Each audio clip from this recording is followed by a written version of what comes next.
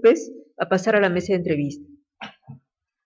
Tome asiento, por favor, doctor.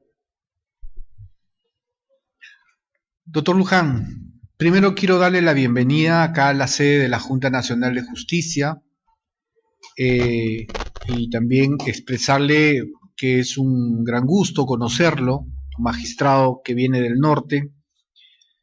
Vamos a comenzar nuestra entrevista personal. Usted ha pasado a la cuarta etapa.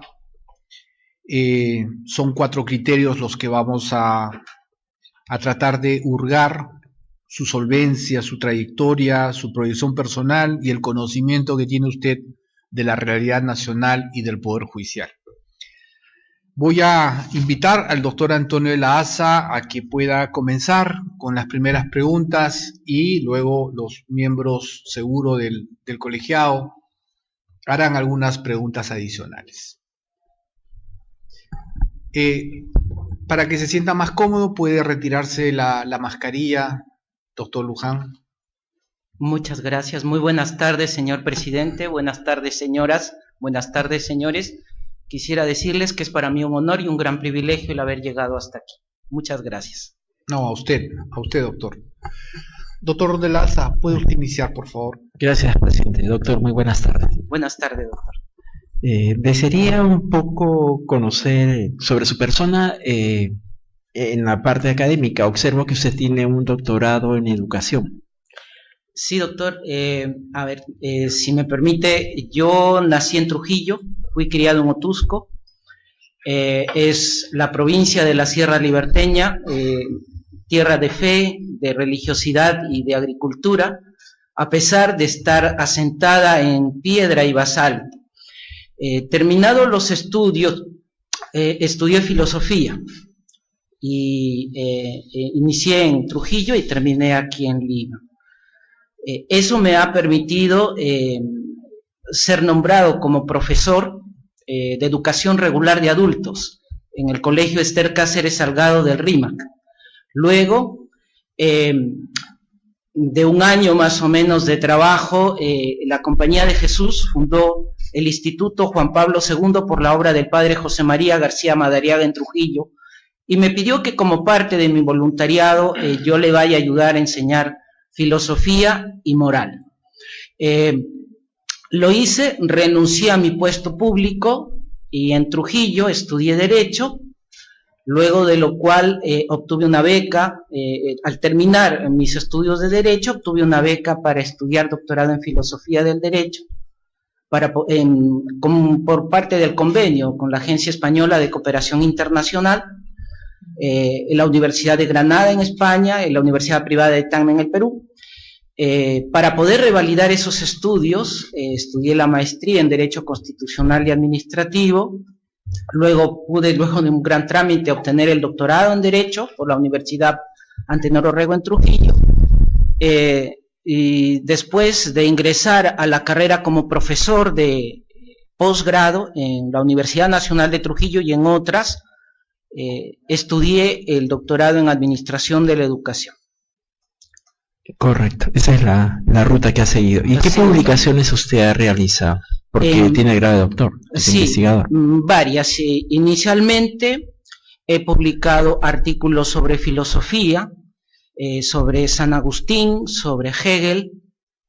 Posteriormente, ya cuando estudié Derecho, he realizado publicaciones en torno a argumentación jurídica, razonamiento judicial, a positivismo jurídico y filosofía, y más adelante sobre derecho penal, procesal penal, un diccionario sobre estas materias y también sobre extinción de dominio, en la que trabajo actualmente. Ok. Sobre San Agustín me genera la curiosidad. ¿Ciudad de Dios? Sobre Ciudad de Dios, doctor. Correcto. Otra inquietud que me nace de su CV es, usted acá registra 6 denuncias sobre gestión, digamos, del despacho, sí, ¿no? Entonces, ¿podría explicarme o cómo entiende usted el tema del retraso? ¿Por qué los jueces se retrasan? Bueno, las denuncias que versan no son sobre retraso, pero le puedo explicar la razón. del retraso básicamente me parece está vinculada a la carga procesal que existe en los órganos jurisdiccionales, unida al conocimiento que requieren para algunas materias que son especialmente complejas. En el caso de las denuncias, todas ellas versan del tiempo que tuve como jefe de la ODENMA en La Libertad, entre el periodo 2013 al 2016. Fueron 2 periodos en el que fui reelegido por parte de mis pares. Se hizo varias modificaciones a la manera de trabajo. Yo recibo, según las actas que constan en los archivos de la Corte Superior de Justicia de La Libertad, 20.000 expedientes al año 2013. Que obviamente era la acumulación de casi 3 gestiones. La Corte de la Libertad es una corte grande y aproximadamente cuando yo inicio el 2013 se recibían un promedio entre 500 y 600 quejas, la mayoría de retraso. Se tuvo que hacer modificaciones. Cuando terminé la gestión dejé más o menos un aproximado menor a 2.000 expedientes. Sobre un rubro muy concreto, el hecho de haber declarado improcedente la apelación de quien era rechazada su denuncia liminarmente, porque en el tiempo que yo estaba eso era posible de acuerdo al reglamento. Ok, conversemos ahora sobre acceso a la justicia. La sierra es una realidad totalmente distinta a la costa, lo mismo que la selva. ¿Cómo estima usted que si fuera juez supremo, si la Junta estimase que debería ocupar esa magistratura, ¿cómo estima usted que debería ser el acceso a la justicia con las comunidades? Porque La Libertad también tiene sierra.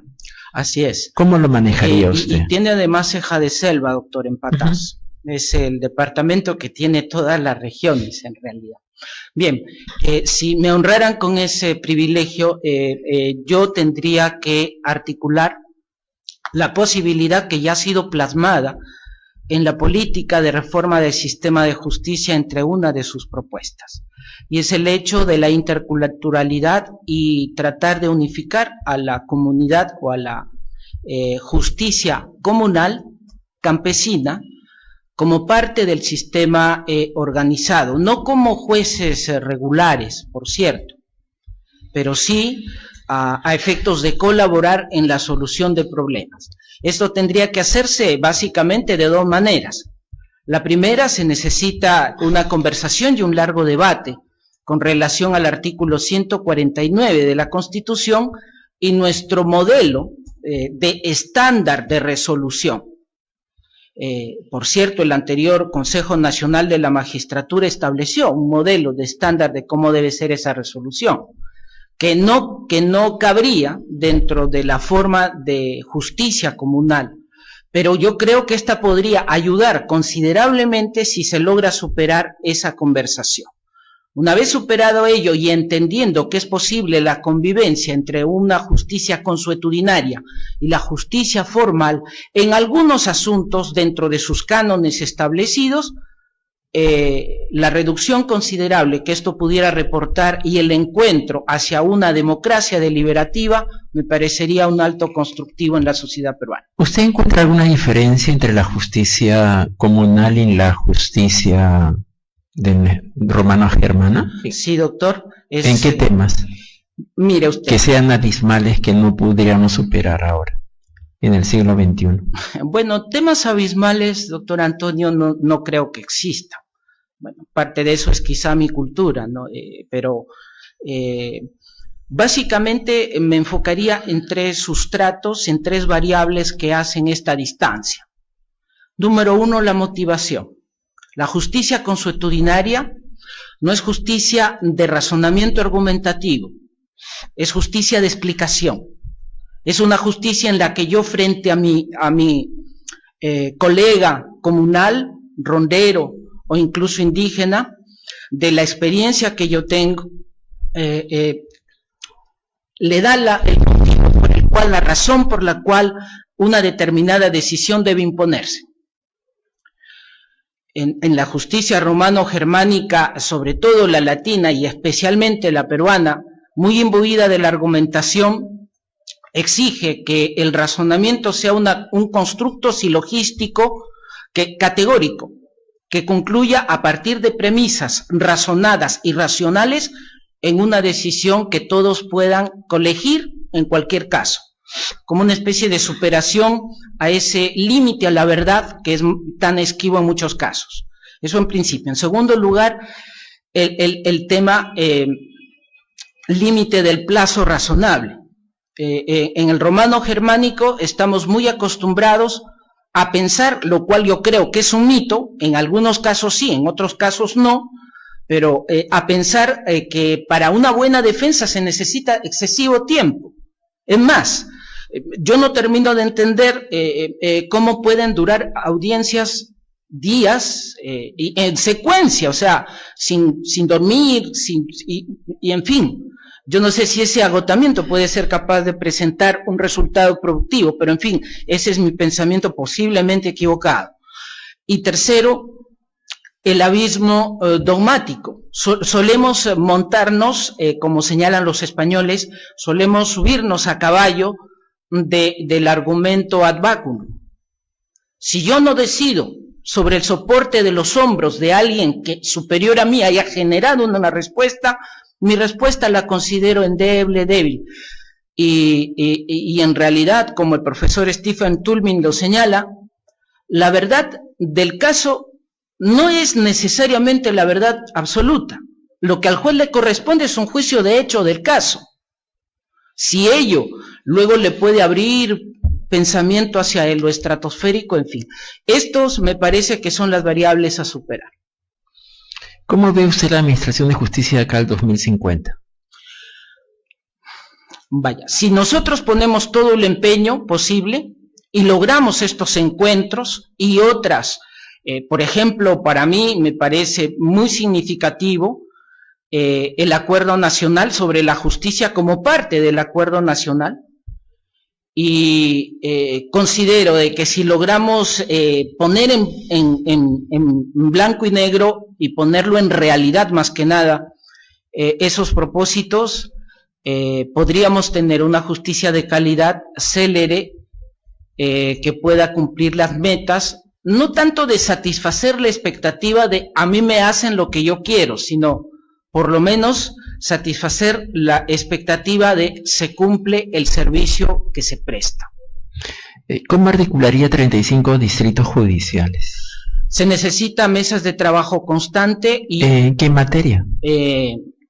Vamos a ver, las realidades de los distritos judiciales, los 34, más la Corte Nacional de Organización Criminal y delitos de corrupción de funcionarios, tienen diferentes vectores que no necesariamente hacen un eje central entre todos al igual. Entonces hay conversaciones que se tienen que hacer, por ejemplo, sobre minería ilegal, y no necesariamente de distritos aislados, pero, por ejemplo, sobre trata de personas afincada, muy ligada al tema de la minería, sobre el tema de pesquería y sobre el tema de tala de árboles, sobre el tema de violencia contra la mujer, etcétera. Hay líneas comunes entre varios distritos. Se tendría que agrupar de acuerdo a la realidad. Y lo segundo, que es más importante, me parece, se necesita articularlos. A mí no veo otra manera de articularlos a través de la política o parte del objetivo prioritario de gobernanza de datos e interoperabilidad. Eso es lo primordial. Y el día en que se logre conectar incluso al juez de paz no letrado dentro de esta interoperabilidad, yo creo que se hará un gran avance. Eso para comenzar, me parece. 3 aportes que considera usted que deben de ejecutarse en forma inmediata. Número 1, doctor, se tiene que modificar la gobernanza de datos pasando de la digitación de los hitos por el algoritmo de hitos. Me explico, si me permite. No es posible hasta ahora que se pueda contar una sentencia, que se pueda contar una resolución, en fin, que se pueda obtener un dato estadístico de cualquier parte del proceso judicial dependa de un ser humano. No digo que no debe depender, lo que yo digo es que esto lo puede hacer un algoritmo informático. Yo como juez dicto una sentencia, la sentencia, y existen varios programas desarrollados a través de casillero judicial, el sentido del fallo, antes estaba el tema de cumplimiento de metas, etcétera. Ha habido varios programas al respecto, pero dependen del especialista judicial a cargo del expediente. Es el especialista que si no está con sus 5 sentidos no pone el hito, y eso lo puede verificar si usted pide un reporte y luego pide el contraste del estadístico. El estadístico tiene unos números y el reporte da otros números. Esto podría superarse si el hito lo pone el algoritmo informático, o sea, un diseño de programa de computadora que cuando yo ponga el sentido del fallo automáticamente cargue el hito. Número 2, se necesita testear todo el proceso, no solo el producto. Eso me parece que es una latencia que incide gravemente y fuertemente con la mejoría de la abogacía, de su formación y de su enseñanza. Todo el proceso judicial debería poderse testear. Eso se necesita un desarrollo informático también. Y número 3, el acompañamiento judicial. A mí me parece primordial que las personas que llevan el gobierno del Poder Judicial, las personas que controlan ahora la autoridad de control que será elegida, y las personas que eligen a jueces y fiscales, ustedes, dignísimas señoras, dignísimos señores, deben no solamente tener la posibilidad de conocer al candidato o candidata que postule por los créditos que puede exhibir un papel, sino, me parece, además de ello, el conocimiento de sus habilidades blandas.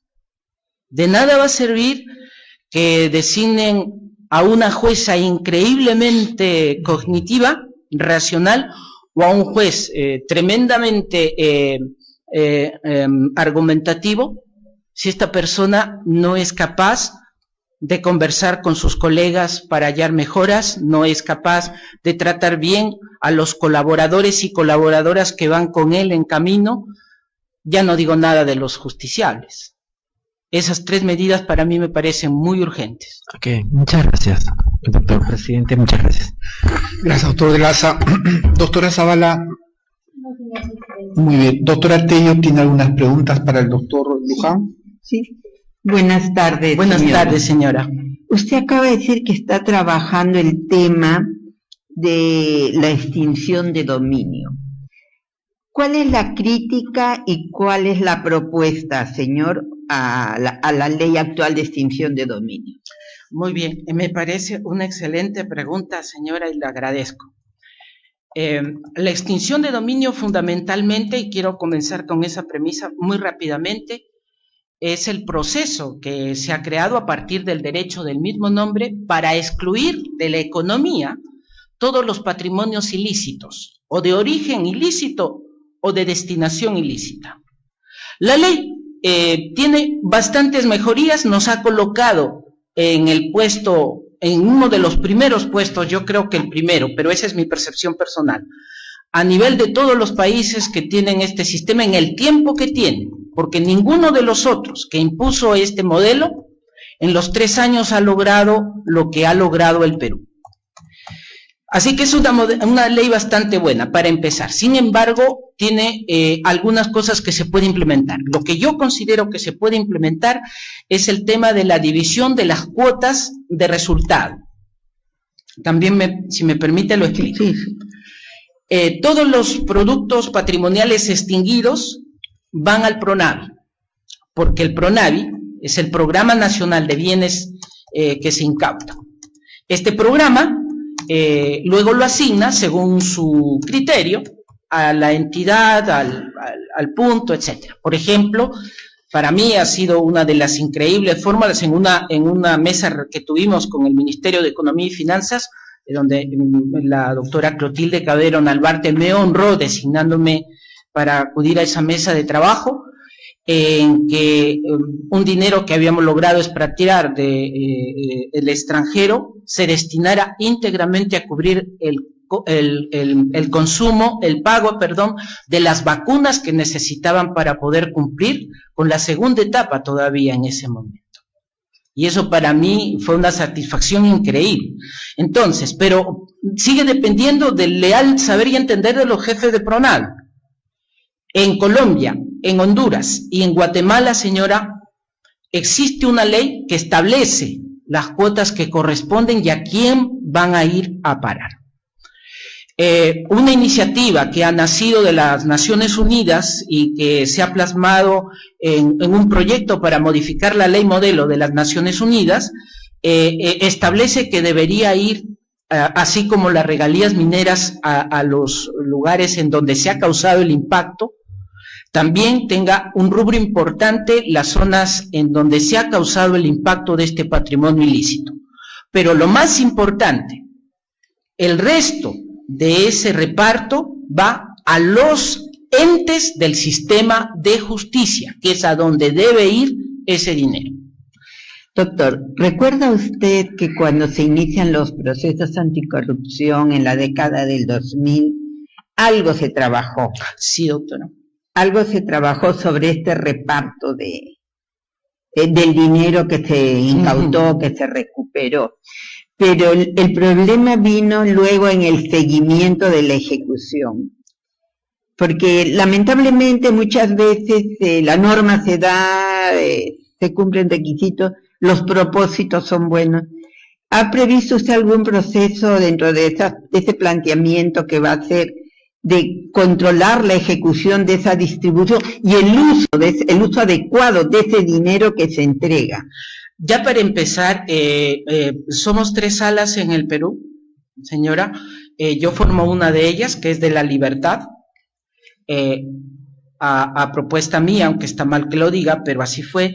Ya se viene imponiendo, eso no está en la ley, pero en las resoluciones que nosotros emitimos, nosotros hemos fundamentado el porqué y se glosa en cada una de las sentencias finales que emitimos, en que el PRONAVI está en la obligación de informar al juez de ejecución el destino de ese bien bajo responsabilidad. Ahora bien, en el caso de la propuesta que yo mencionaba, necesariamente tiene que estar unida a la creación de un comité permanente. Siguiendo el ejemplo de la Comisión del Sistema de Reforma de Justicia, que me pareció un modelo absoluto. ¿Por qué?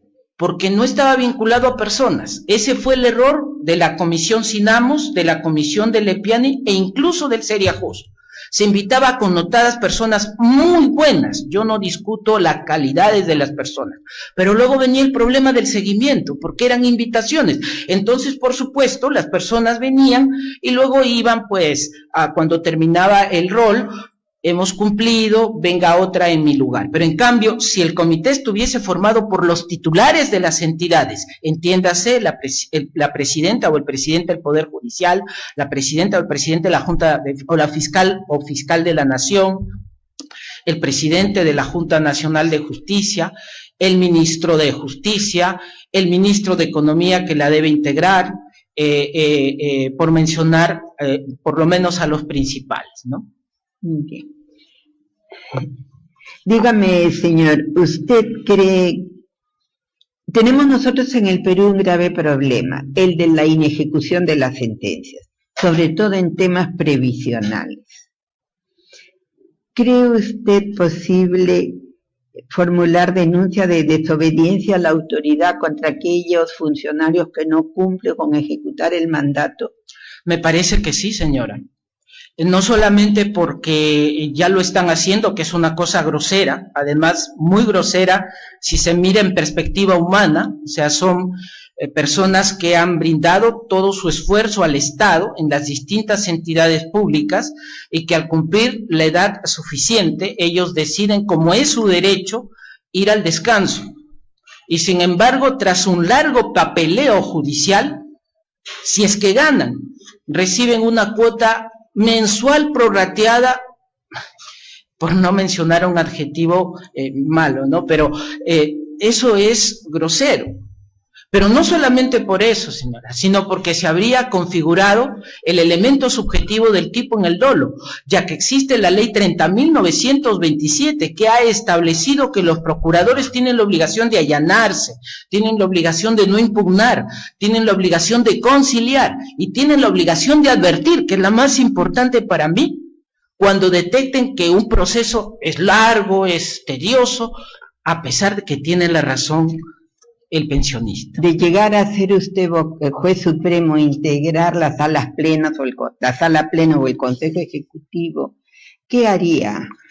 Con relación a ello, señora, a este problema que sí, acabamos de conversar, este delito de desorden. Con relación a ello, señora, yo presentaría reformulado y mejor acabado el proyecto que presenté para mi examen el día que tuve que dar el primer examen de conocimiento.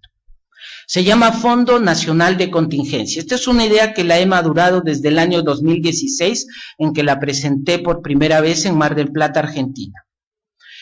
Consiste en lo siguiente, consiste en crear un fondo.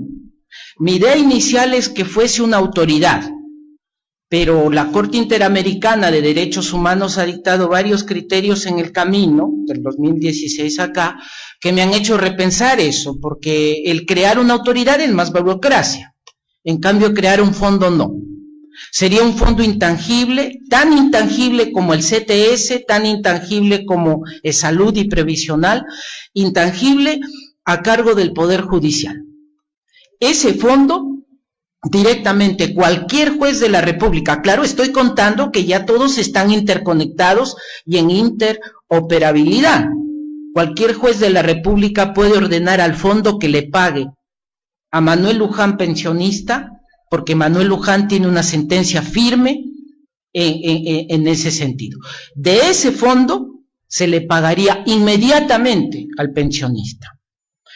Y ese fondo, por supuesto, podría estar formado en principio para no generar cargas adicionales por las multas, que no es un costo previsto, previsible sí, pero no, digamos, es algo fijo que yo ya sé cuánto va a ser, pero fundamentalmente a mí me parece que sería mucho más justo que estuviese formado por todo lo que los entes públicos devuelven al Estado porque no lo han ejecutado. Solo para poner dos indicadores, si me permite, con esta idea, voy a poner número 1, la dimensión del problema. Según el Ministerio de Economía y Finanzas, a partir de la publicación del Decreto Supremo del 2021, con el cual reconocía que va a pagar 1.000 millones de la deuda pública previsional solo del magisterio, se puede leer en su exposición de motivos que la deuda pública del magisterio en materia previsional son 6.000 millones, haciendo un esfuerzo todavía más grande porque, por lo menos a mí, no sé si a mis demás colegas postulantes, varones y mujeres que han estado aquí, les ha pasado lo mismo, pero me imagino que sí. Los datos son esquivos, es muy difícil acceder a esos datos, no sé cómo, hay que ser mago para poderlos encontrar. Pero de todas maneras, haciendo ese esfuerzo he logrado determinar a partir de la información que al 2018, supongo que ahora será más, la deuda pública previsional son 10.000 millones de soles. Es una cosa bien grande.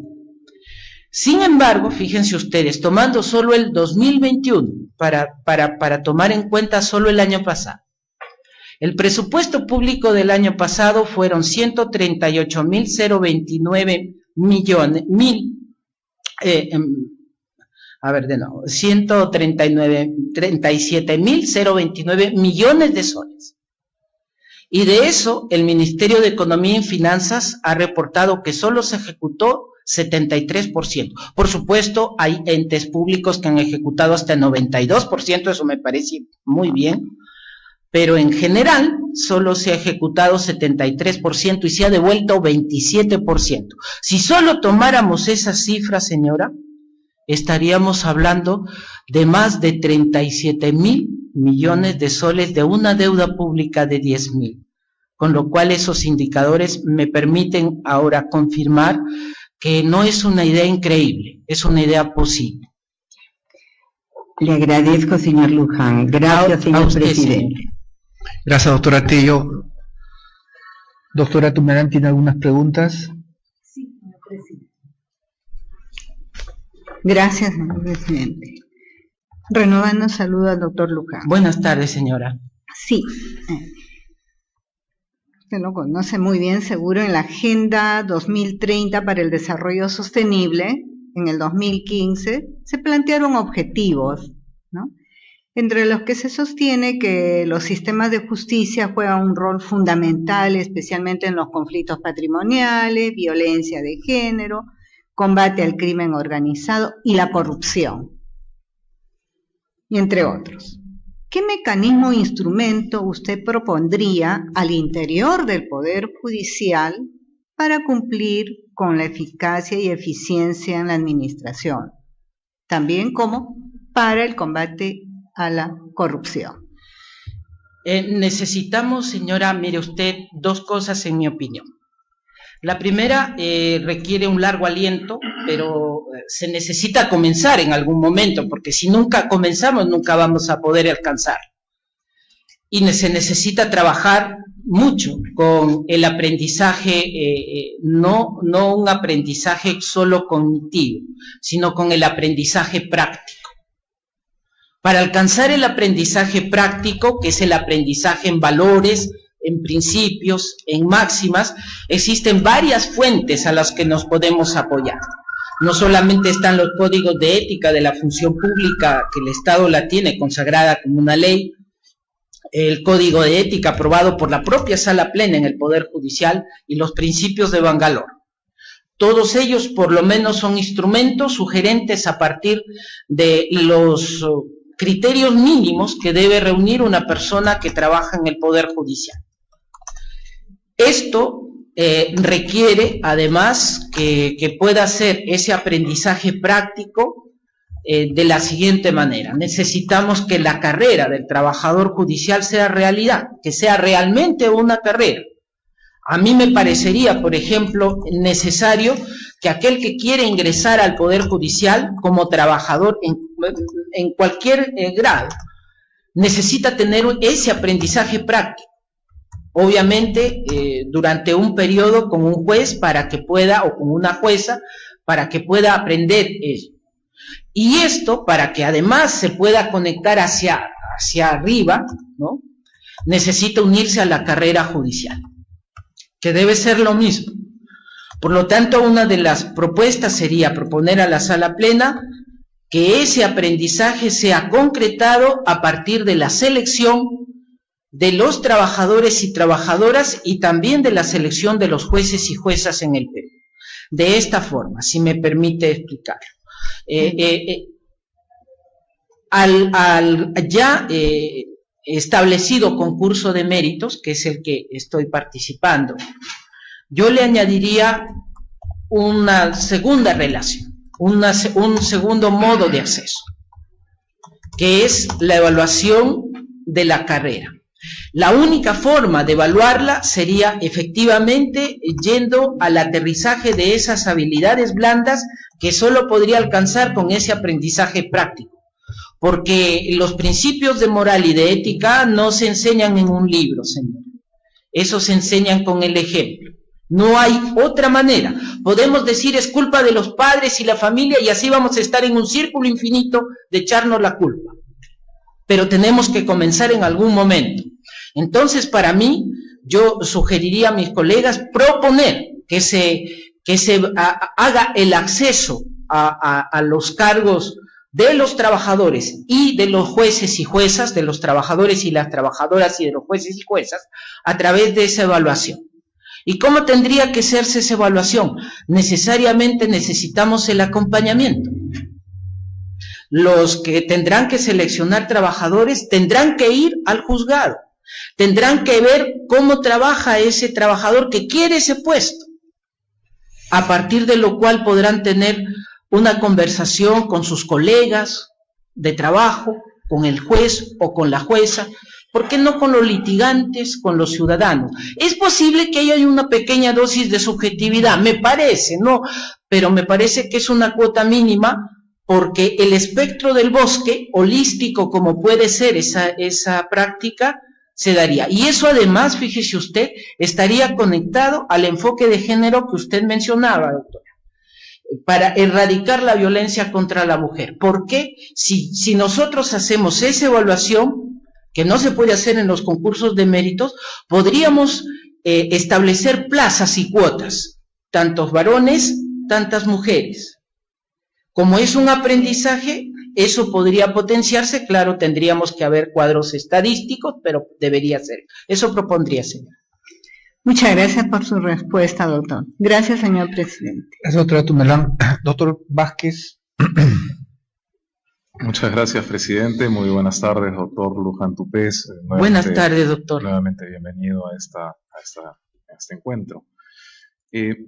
Ha citado usted unas cifras en relación al presupuesto, entiendo, el presupuesto general de la República. El de la Nación, sí. Dijo usted que el año pasado habían sido 139.000 millones de soles y que el nivel de ejecución era del 73%. Según los datos que el MEF publicó. ¿Cuál es su fuente? El Ministerio de Economía y Finanzas, doctor. Pero... La cifra exacta, si me permite, la tengo anotada acá. 138.029 millones. Sí, me parece que hay algún error, ¿eh? Bueno. Tengo aquí a la vista el dato del presupuesto general de la República de 2021. En realidad el presupuesto de apertura fue 183.029 millones de soles y el presupuesto modificado, el PIN, ¿no?, con todas las partidas que se van adicionando, fue de 227.932 millones de soles. Sí, señor, pero si me permite, sí. Es el del 2021, el que usted está 2021, señalando para el 2021. Pero en todo caso, esas cifras colaboran mucho más con la propuesta mía. En realidad no señalo las cifras porque, bueno, igual creo que es importante mirar la consulta amigable del MEF, ahí es donde uno puede fácilmente ubicar el dato, pero tampoco no corresponde el porcentaje que usted señala. Usted dice que el 73% fue el nivel de ejecución. El dato que yo tengo aquí a la vista es 87,3% de ejecución del presupuesto. Ahora, es probable que usted se haya referido no al presupuesto general de la República, sino al del gobierno nacional, que sí es más cercano al que usted ha señalado, es decir, 137.000 millones de soles. Sin embargo, ahí el nivel de avance o el nivel de ejecución fue durante 2021 del 91,4%. Pero lo que me inquieta en realidad en relación a su planteamiento es, más allá de si los porcentajes son o los montos son correctos, es que, claro, el destino natural de esos saldos es pues proyectarse sobre el presupuesto del año siguiente para cubrir necesidades del año siguiente. Entonces, no sé si es consciente usted de que no es dinero que se pierda, sino es dinero que se ejecuta en los años subsiguientes en las partidas que corresponda. Entonces, no sé en qué medida una propuesta como la que plantea no debería ser pues compulsada de alguna forma con expertos en materia presupuestal que puedan indicar si eso es materialmente posible, porque podría afectar el presupuesto del año siguiente respecto de temas pues tan sensibles como salud, educación, etcétera. Me parece dos cosas. La primera, doctor, es que si tomamos el presupuesto real del gobierno nacional, es el único que genera el problema previsional.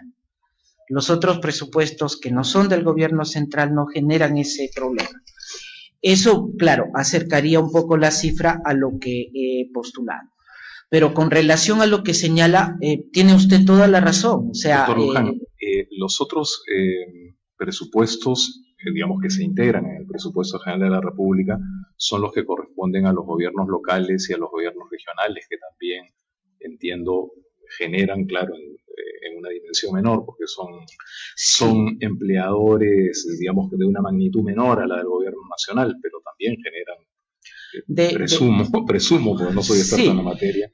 Lo que ocurre es el tema, bueno, ese es un misterio de los expertos en gastos y rubros, pero ocurre que la ONP no es regional ni local. Ese es el asunto. A pesar de que alguien pudiera ser un jubilado de un municipio, el costo se lo cargan al rubro o sea, no es el municipio el que paga la cuota, en otras palabras. Aun cuando se genera ahí. Aun cuando se genera ahí. La única excepción es el sistema policial y militar. Pero, bueno, pero ese no es el asunto medular. El asunto medular es que usted tiene toda la razón. Obviamente en mi propuesta yo ponía un ejemplo de dónde podría salir el fondo. El fondo perfectamente podría salir de otros rubros. Para empezar, el fondo, el punto natural o digamos, el ingreso natural del fondo es la deuda social misma. Todas las entidades deben esa deuda. Y por lo tanto esta se tiene que pagar, no es que no se deba pagar. El problema es que por razones de prioridad política, presupuestaria y equilibrio presupuestal, eso lo dicen, y ya el Tribunal Constitucional ha señalado que invocar eso es un acto de un estado inconstitucional de cosas frente a las pensiones. Remedia para mí el asunto concreto, o sea, no es, yo ponía un ejemplo para hacerlo inmediatista, porque la pregunta que me hacía... Yo valoro su inquietud, por supuesto, aun cuando comprendo de que una iniciativa de esta índole, pues, tiene que ser sin duda, pues, trabajada conjuntamente con equipos multidisciplinarios que tengan expertise ya en los estudios actuariales y la proyección presupuestal que esto pueda suponer, ¿no? Vamos a aspectos un poco más propios, entonces, del quehacer jurisdiccional. Yo quería preguntarle también si es que percibe usted alguna amenaza a la independencia judicial. Tenemos que hacer una diferencia, doctor, para poder contestarle. Una cosa es la percepción y otra cosa es la realidad. La realidad de nuestro país respecto a la independencia e imparcialidad del juez tiene de contornos la normatividad que le brinda la necesaria imparcialidad que debe tener para poder ejecutar. Me explico, las normas no establecen que hay una jerarquía que le diga cómo actuar, ¿no? Y en todo caso esto podría ser incluso un delito. Pero la percepción que pueda tener un juez de acuerdo al diseño que nosotros hemos adoptado, muy afrancesado, sí me parece que no le colabora para que un juez o una jueza en el Perú se sienta autónomo e independiente al momento de decidir. ¿Pero usted percibe amenazas a la independencia de los jueces en el Perú? Percibirlas como lo perciben todos mis colegas, doctor, en esa diferencia. No es que no me siente independiente o no me siente imparcial, pero esa percepción viene no solamente porque los medios de comunicación orillan a una respuesta en un sentido o en otro, y está bien que sean escrutadores, pero también tienen que comprender que la respuesta la da el juez o la jueza. La única fuente de riesgo para la independencia judicial usted la encuentra en los medios de comunicación. No, he dicho, además de eso, doctor, está también el modelo afrancesado que hemos adoptado. ¿En qué sentido el modelo se constituye en una amenaza? En que, por ejemplo, la existencia del prevaricato. A menos que, y no conozco muchos casos, por lo menos no me he topado con casos en los que, y estoy citando el tipo penal, el texto claro y expreso de la ley me conduzca hacia una determinada situación. Porque eso entonces hace que un juez o una jueza no interprete. Ni siquiera bajo ese lema románico de en la claridad tú no tienes que interpretar. Mientras esto exista, además de su obsolencia, podríamos ver qué cantidad de delitos denunciados por prevaricato y cuántos de estos sentenciados. Y a eso le debe sumar también esa influencia francesa puesta en la ley de carrera judicial. Por ejemplo, dos de las infracciones, y son muy graves, además, es la indebida motivación de las resoluciones judiciales. Y la otra, la inexcusable incumplimiento de sus deberes. Ya no me meto en ese hoyo negro, pero empecemos solo por lo primero. Que estas sean infracciones supone una de dos cuestiones. La primera cuestión es determinar a qué le llamamos nosotros indebida motivación, con lo cual lo convierte en un concepto jurídico indeterminado. Y eso afecta el criterio establecido por la Corte Interamericana en el caso López Meléndez versus Venezuela, que si bien es cierto fue con relación al Contralor General de la República Venezolana, los criterios se aplican perfectamente al caso, porque no se puede tener una definición de infracción en un concepto jurídico indeterminado. Las infracciones tienen que ser determinadas para que quien sea sancionado pueda saber exactamente por qué es sancionado o por qué no. Eso sin mencionar que nos podríamos meter en el rollo de la argumentación. Si me permite lo desarrollo, si no allí me quedo. No, dejémoslo ahí, porque ya me han sacado la tarjeta roja. Sí, gracias. Muchas gracias por su respuesta. No, discúlpeme a mí usted, yo es que ese es uno de los defectos más grandes que tengo, no me paro de hablar, perdón. Gracias, presidente. Gracias, doctor Vázquez. Doctor Luján, me gustaría hablar con usted en el marco de una entrevista, su concepción del juez. ¿Qué opinión tiene sobre las puertas giratorias los jueces y fiscales? Me parece que esto tiene que ver mucho con la falta de la vocación de servicio que necesita tener en cualquiera de los dos casos.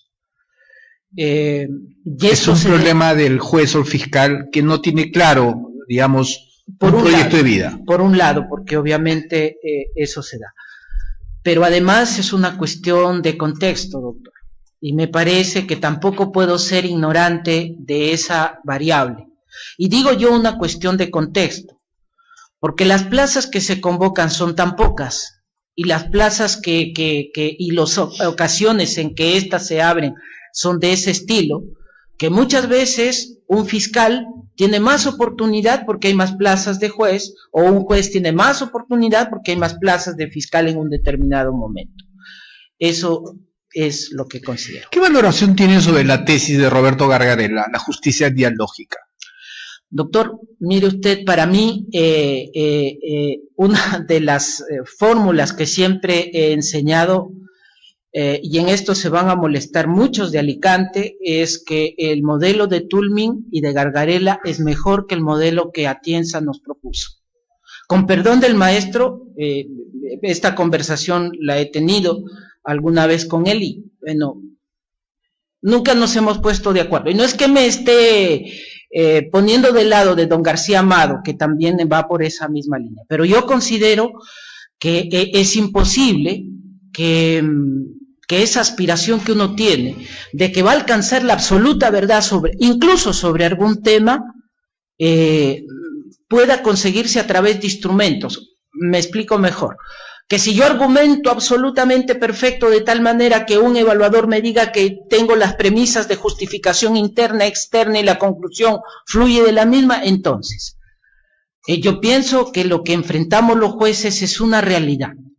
Y una realidad en donde hay dos personas que están enfrentadas en un conflicto. Si el juez no dialoga como propone Gargarella, si no es capaz de entender lo que te está pidiendo y resolver en principio lo que te está pidiendo, ajustado a los hechos, a las pruebas, y como decía don Joseba Aguiló, y por las razones que el derecho te aporta, entonces siempre vamos a tener esa falsa expectativa de disconformidad.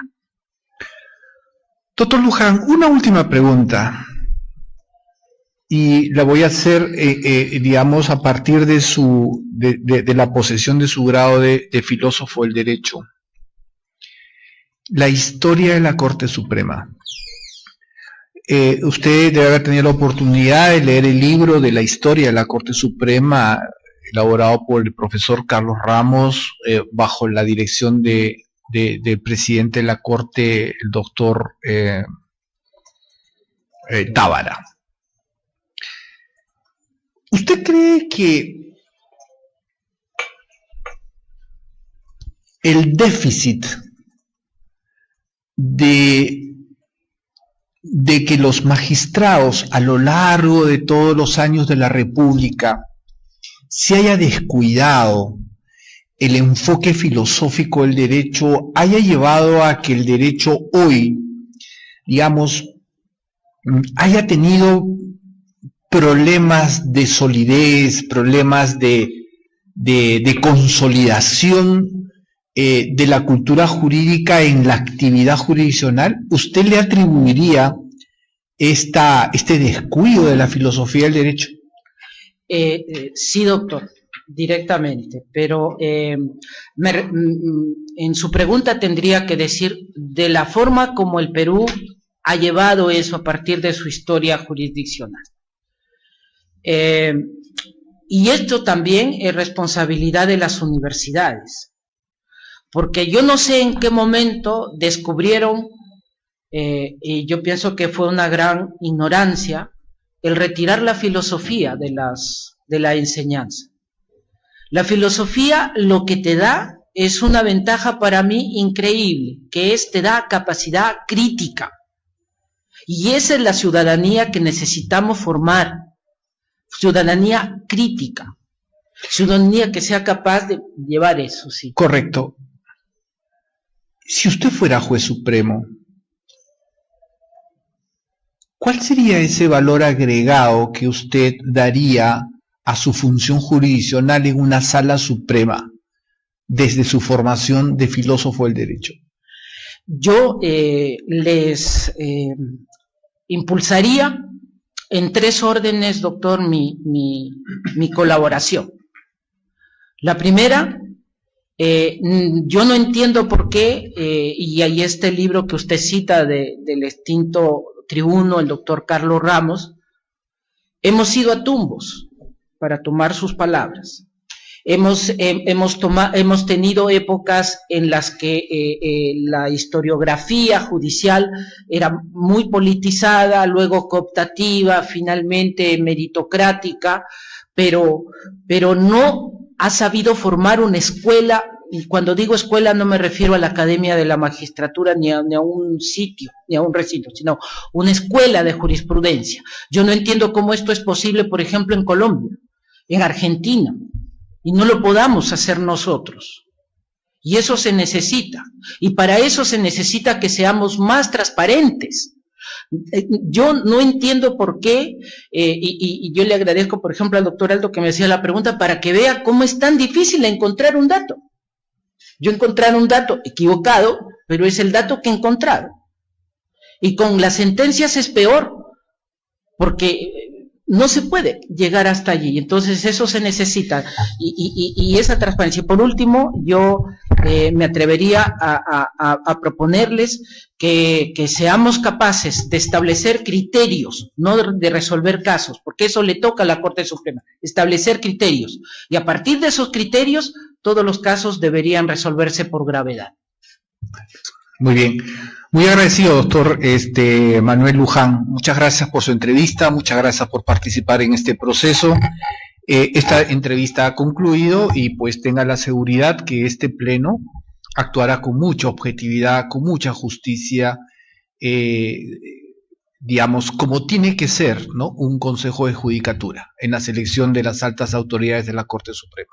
Le agradezco mucho, doctor Luján. Señor presidente, yo le agradezco a ustedes y les reitero, les agradezco sobre todo el honor que le dan a un juez de provincia de haber llegado hasta acá.